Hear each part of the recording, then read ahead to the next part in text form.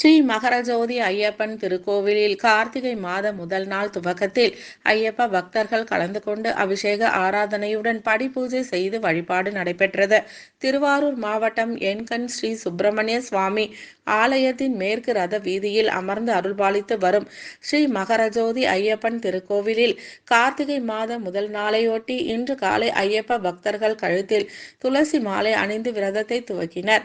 மேலும் இன்று மாலை 6 மணிக்கு கோவிலில் நடைபெற்ற கார்த்திகை மாத முதல் சனிக்கிழமை என்பதால் ஐயப்பனுக்கு சிறப்பு அபிஷேக ஆராதனைகள் நடைபெற்று சிறப்பு அலங்காரமும் செய்து 18 படிகளுடன் படிப்பாட்டு பாடி சிறப்பு பூஜை நடைபெற்றது.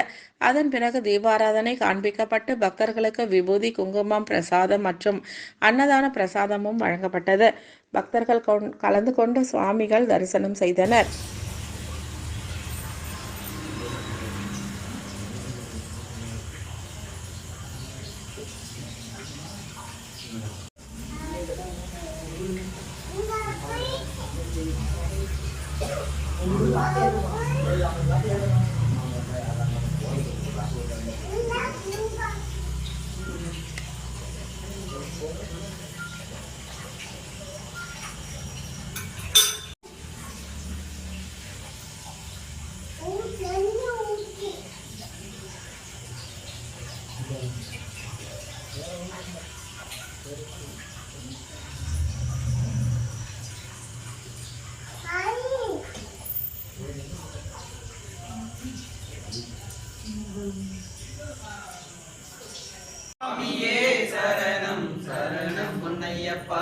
இரண்டாம் திருப்படி சரணம் பொன்னையப்பா, பொன்னையப்பா, பொன்னையனே பொன்னையப்பா, சரணம் சரணம் பொன்னையப்பா. மூன்றாம் திருப்படி சரணம் பொன்னையப்பா, பொன்னையப்பா, பொன்னையனே பொன்னையப்பா, சரணம் சரணம் பொன்னையப்பா.